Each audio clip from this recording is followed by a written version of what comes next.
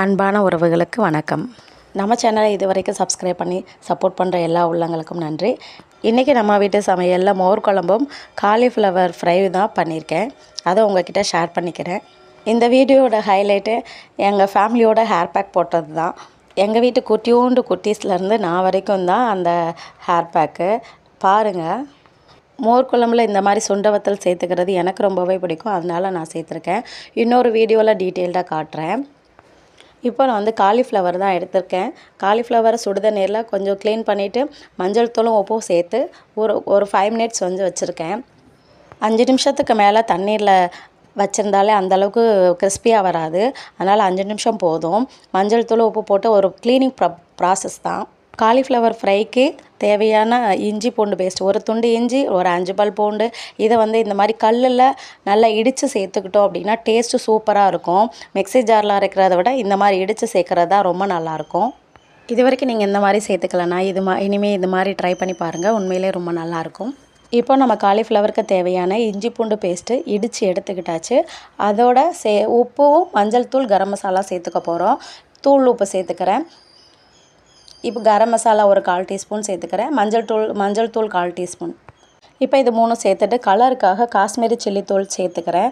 அது ஒரு 1/4 டீஸ்பூன் சேர்த்துக்கிறேன். இதுக்கு முன்னாடியெல்லாம் காஷ்மீரி சில்லி தூள் யூஸ் பண்ணதில்லை. இப்போ தான் பயன்படுத்தியிருக்கேன். எப்படி இருக்குதுன்னு பார்த்துக்கலாம்.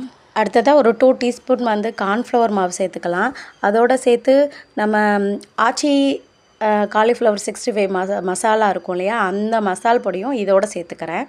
கடையில் வாங்குகிற மசால் பொடியே கிறிஸ்பியாக தான் இருந்தாலும் நம்ம கார்ன்ஃப்ளவர் மாவு ஒரு 2 டீஸ்பூன் சேர்க்கும்போது ரொம்பவே காலிஃப்ளவர் கிறிஸ்பியாக இருக்கும். ட்ரை பண்ணி பாருங்கள். அடுத்ததாக தயிர் தான் சேர்த்துக்குவோம். தயிர் புளிப்பு டேஸ்ட்டுக்காக சேர்த்துக்கிறது.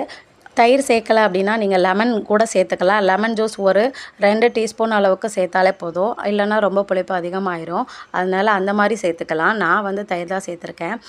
அதை நான் மிக்ஸ் பண்ணிவிட்டு திருப்பி காட்டுறதுக்கு மறந்துட்டேன். காலிஃப்ளவர் க்ளீன் பண்ணிவிட்டு அந்த மிக்சரில் போட்டு மிக்ஸ் பண்ணி காட்டணும்னு நினச்சிட்டு இருந்தேன். அது எப்படியோ அந்த கிளிப்பிங் மறந்துருச்சு. இப்போ உண்மையிலே நல்லாவே கலர்ஃபுல்லாகவும் கிறிஸ்பியாகவும் வந்துருந்துச்சு. நீங்கள் இந்த மாதிரி ட்ரை பண்ணி பாருங்கள். உங்களுக்கு நல்ல கிறிஸ்பியான காலிஃப்ளவர் ஃப்ரை ரெடி ஆயிரும். எனக்கு தெரிஞ்சு காலிஃப்ளவர் யாரும் பிடிக்காது அப்படின்னு சொல்ல மாட்டாங்க. அந்தளவுக்கு எல்லாருக்குமே காலிஃப்ளவர் பிடிச்ச ஒரு சைடிஷ்ஷாக தான் இருக்கும். நம்ம வீட்டில் எல்லாருக்குமே காலிஃப்ளவர் ஃப்ரை ரொம்ப பிடிக்கும். பாப்பாவுக்கு முக்கியமாக ரொம்ப ஃபேவரட் டிஷ் தான் இது. உங்களுக்கு இந்த காலிஃப்ளவர் ரெசிபி பிடிச்சிருந்துச்சுன்னா ஒரு லைக் பண்ணுங்கள். இப்போ காலிஃப்ளவர் ஃப்ரை ரெடி ஆகிடுச்சு. இப்போ சாதம், மோர் குழம்பு, காலிஃப்ளவர் ஃப்ரை சாப்பிட்டுட்டு வெளியில் கடைக்கு போகிற வேலை இருந்ததுனால கடைக்கு போயிருந்தோம். இது ரிட்டன் வரும்போது எடுத்தது தான். இது ஃபேன் வாங்குறதுக்காக போனது தான். ஃபேன் வாங்கிட்டு ஃபேன் முன்னாடி வச்சு அது மேலே அந்த ஃபேன் மேலே பாப்பா உட்காந்துட்ருக்காங்க. இந்த பாலத்துக்கு மேலே வர்றதுன்னா அவளுக்கு ரொம்ப பிடிக்கும். அதனால தான் அந்த பாலத்துக்கு மேலே வரும்போது ஒரு கிளிப் எடுக்கலாம் அப்படின்னு சொல்லிட்டு எடுத்திருந்தேன். அதை காமிக்கிறது பார்த்திங்கன்னா அவளுக்கு அவ்வளோ வெக்கம். வானத்துக்கிட்ட போகிறோம்லம்மா அப்படின்னு சொல்லுவாங்க. அந்த பக்கமாக போனாலே அம்மா பாலத்துக்கு மேலே போவோம்மா அப்படின்னு கேட்பாங்க. அந்தளவுக்கு பாலம் ட்ராவல் பாப்பாவுக்கு பிடிச்சிருக்கு. இப்போ சீரகம் வாங்கியிருந்தேன். சீரகத்தை ஃபில் பண்ணி வச்சிடலாம் அப்படின்னு சொல்லிட்டு கையோடு ஃபில் பண்ணி வச்சுட்டேன். சீரகம் விலை கூடிடுச்சு. மிளகை விட சீரகம் விலை தான் இப்போ அதிகமாக இருக்கிற மாதிரி தெரியுது. 100 கிராம் டீ தூள் வாங்கினேன். அதுக்கு ஒரு 10 ரூபா டீ தூள் ஃப்ரீயாக கொடுத்தாங்க. அதையும் சேர்த்து ஃபில் பண்ணியாச்சு. அடுத்ததாக ஹேர் பேக் போடுறதுக்காக கொஞ்சம் வேப்பிலை பறிச்சிட்டு வந்திருந்தேன். வேப்பிலை ஒரு 2 கைப்பிடி எடுத்திருக்கேன். வேப்பிலை, கருவேப்பிலை. வெயிலுக்கு அரிப்பாக இருக்கிறதுனால பார்த்திங்கன்னா துளசியும் சேர்த்துக்கலாம் அப்படின்னு சொல்லிட்டு துளசியும் சேர்த்துக்கிறேன். வீட்டில் இருக்கிறது தான். இதையும் பறித்து சேர்த்துட்டு பாசிப்பயிறு, வெந்தயம், வடித்த கஞ்சி இதெல்லாம் சேர்த்துருக்கேன். நம்ம ஹேர் பேக் போடுறது முதல் நாள் சாதம் வடித்த கஞ்சி, அதோட அன்றைக்கி நைட்டே ஊற வச்ச பாசிப்பயிரும் வெந்தயமும் சேர்த்து இந்த மாதிரி நல்லா அரைச்சிட்டு இப்படி ஒரு துணியில், காட்டன் துணியில் பிழிஞ்சு எடுத்துக்கலாம் அப்படின்னு சொல்லிட்டு பிழிஞ்சு எடுத்துகிட்ருக்கோம். இதை எடுத்து தான் எல்லாருமே ஹேர் பேக்காக அப்ளை பண்ணிக்க போகிறோம். இந்த ஹேர் பேக் போட்டு ஹேர் வாஷ் பண்ணதுக்கப்புறம் பார்த்திங்கன்னா உண்மையிலே சாஃப்டாக சில்கியாக இருக்கும். ஹேர் நீங்கள் ட்ரை பண்ணி பாருங்கள். கடையில் வாங்கி எந்த கண்டிஷ்னர் யூஸ் பண்ணாலும் இந்தளவுக்கு முடியை கண்டிஷ்னராக நல்லா சாஃப்டாக வச்சுக்க முடியாது. நீங்கள் ட்ரை பண்ணி பார்த்தீங்கன்னா தெரியும். இது என் நாத்தனார் பையன்தான். அவங்களுக்கு தான் ஃபஸ்ட்டு போட்டு விட்ருக்கோம். போட்டு விட்டு அப்படியே வாளியிலே உட்கார வச்சாச்சு. அவருக்கு தண்ணினா போதும். அதனால் அப்படியே ஹேர் பேக் போட்டு டப்லே உட்காந்துட்ருக்காரு. 2வதாக பார்த்திங்கன்னா நம்மளோட பாப்பா, சின்ன பாப்பா தான். இவங்களுக்கும் ஹேர் பேக் போட்டு விட்டு வெளியிலே உட்கார வச்சாச்சு. 3வது என்னோட பொண்ணு, பெரிய பொண்ணு. இவங்களுக்கும் போட்டு விட்ருக்காச்சு. 4வதாக என்னோட நாத்தனார் பொண்ணு தான். இவங்களுக்கும் ஹேர் பேக் போட்டாது. இவங்க எப்போ ஹேர் பேக் போடுவீங்க, எனக்கு ஹேர் பேக் போடுங்க. அவங்களுக்கு முடி வளர்க்குறதுனாலே ரொம்ப ஆசை. அதனால ஹேர் பேக் போடுங்கன்னு சொல்லி கேட்டுகிட்டே இருந்தாங்க.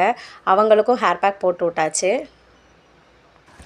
என் நாத்தனார் பொண்ணு பார்த்தீங்கன்னா ஹேர் பேக் போடுறது, அவங்களுக்கு ஹேர் பேக் போடுறதுக்கு டிப்ஸு சொல்கிறது, இந்த வேலையெல்லாம் அவங்க நல்லா பார்ப்பாங்க. நிறைய டிப்ஸும் சொல்லுவாங்க. அந்த அளவுக்கு முடியை வந்து சின்ன வெங்காயம் இதெல்லாம் போட்டு செய்யுங்க அத்தை, நல்லா முடி வளரும் அப்படின்னு சொல்லி டிப்ஸ்லாம் சொல்லுவாங்க. அந்த அளவுக்கு அவளுக்கு ஹேர் பேக்னாலே ரொம்ப இன்ட்ரெஸ்டட் தான். இப்போ ஃபுல்லான ஹேர் பேக்கை போட்டு அவங்கள ட்ரை பண்ணி நிற்க வச்சாச்சு. அடுத்ததாக பார்த்திங்கன்னா இது என்னோடய நாத்தனார். அவங்களாம் 5வது, 6வதாக நான் தான். நானும் எனக்கு ஹேர் பேக் போட்டுக்கிறேன் அப்படின்னு சொல்லிட்டு நல்லாவே அப்ளை பண்ணிப்போம் அப்படின்னு சொல்லிட்டு கண்ணாடி முன்னாடி வந்து நின்று அப்ளை பண்ணிகிட்ருக்கேன். ஃபுல்லாக நல்லா மசாஜ் பண்ணி அப்ளை பண்ணால் நல்ல உண்மையிலே ரிசல்ட் இருக்குது. முடி உண்மையிலே ஒரு சீவி பார்த்தோன்னா ஒரு முடி கூட வரல. அந்தளவுக்கு நல்ல சேஞ்சஸ் வந்து நான் ஃபீல் பண்ணுறேன். நீங்களும் ட்ரை பண்ணுங்கள். முடி நல்லா வளருது, புது முடியெல்லாம் நிறைய முளைச்சிருக்கு. அதெல்லாம் காட்டணும் அப்படின்னு நினைக்கிறேன். பட் என்னென்னா ட்ராவல் பண்ணுது அது இதுன்னு சொல்லிட்டு கொஞ்சம் அலைச்சல் தான். கிட்டத்தட்ட ஒரு 10 நாளாகவே பயங்கர அலைச்சல் தான். அந்த அளவுக்கு இருந்துச்சு. இவங்க எல்லாருக்குமே ஹேர் பேக் போட்டு வாஷ் பண்ணிவிட்டு உங்ககிட்ட காட்டலான்ற போது ஃபுல்லாக விளையாடி ஒரே ஆட்டம்தான். ஆட்டமாக ஆடி குளித்த மாதிரியே இல்லை, அந்த அளவுக்கு ஆக்கிட்டாங்க. அதனால தான் திருப்பி உங்கள்கிட்ட காட்ட முடியாமல் போயிடுச்சு. அடுத்த ஒரு டைமில் கண்டிப்பாக காட்டுறேன்.